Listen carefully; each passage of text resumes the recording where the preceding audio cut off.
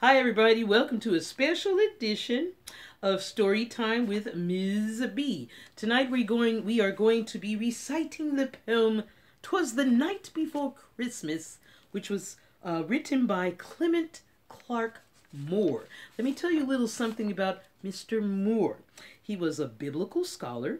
He was professor of Asian and Greek literature at the Episcopal General Theological Seminary, which was erected, it was built in New York City on land that he had donated.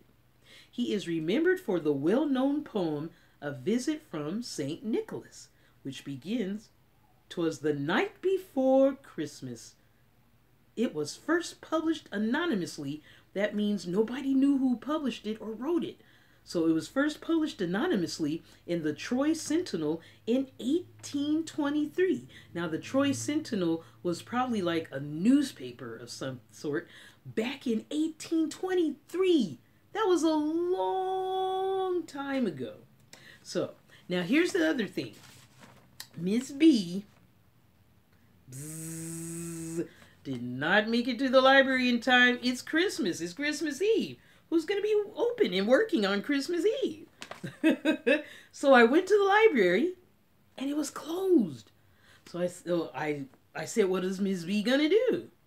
I turned on my buzzer bee, my brain, and I went on the internet and printed the poem. So special thank you to Teacher Vision, who supplied me with this.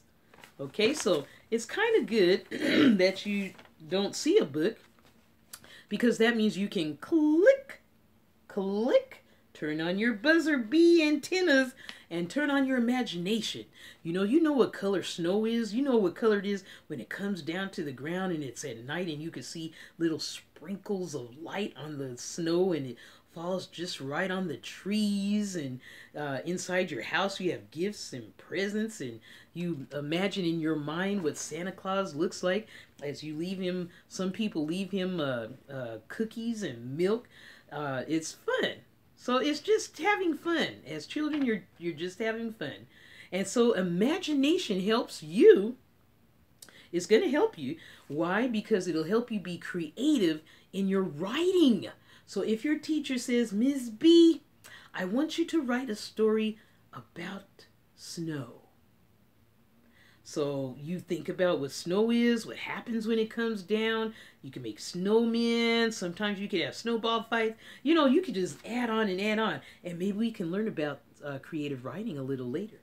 But right now, let's listen to the poem "'Twas the Night Before Christmas," which was originally titled "A Visit from St. Nicholas."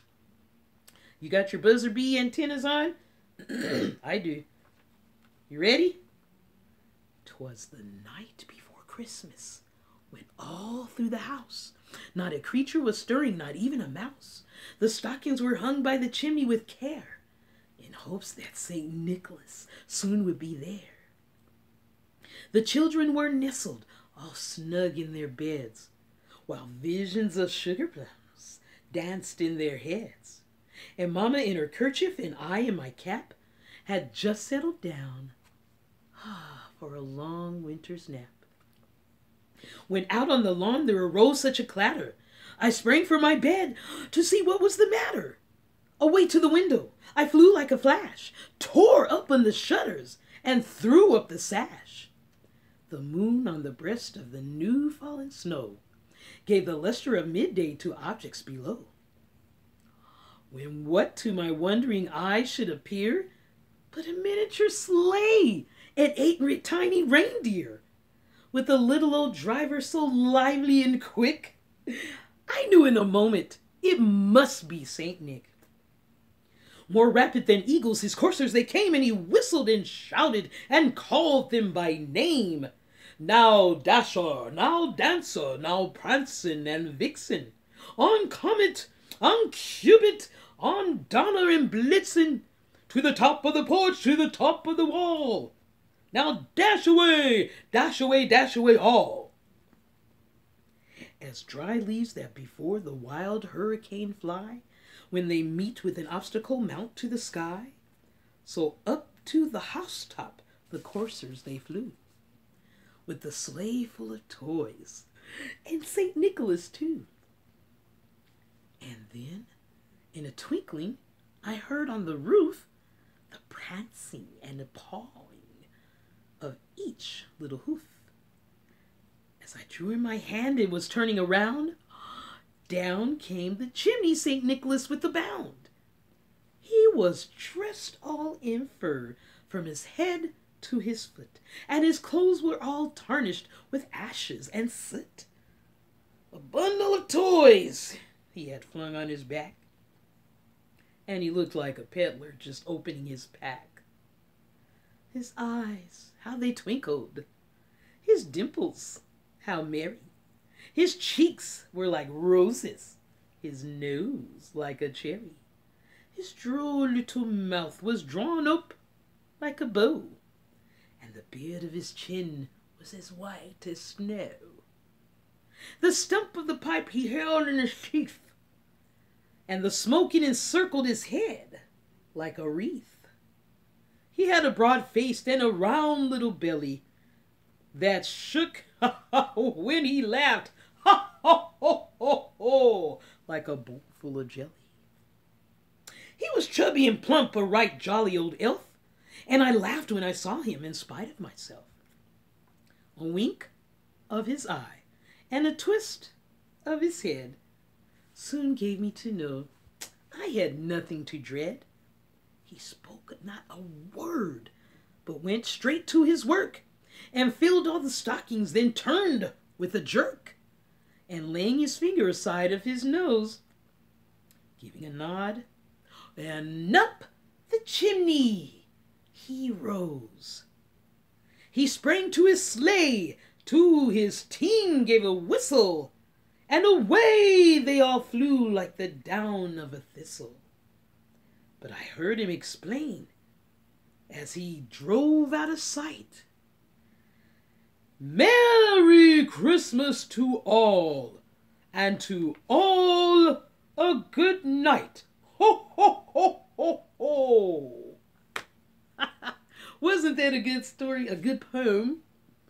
So I hope you enjoyed that, and I hope you had your buzzer bee antennas on as you imagined reindeer, and he called out all the reindeer names. You know, it was snowing outside. He had a red suit on. He had a big bag of toys. So I hope you enjoyed that, and I hope that you enjoy your time with your family and your friends. Don't eat too much, but be good and enjoy your time, and still keep reading. Even though you're on winter break, still keep reading.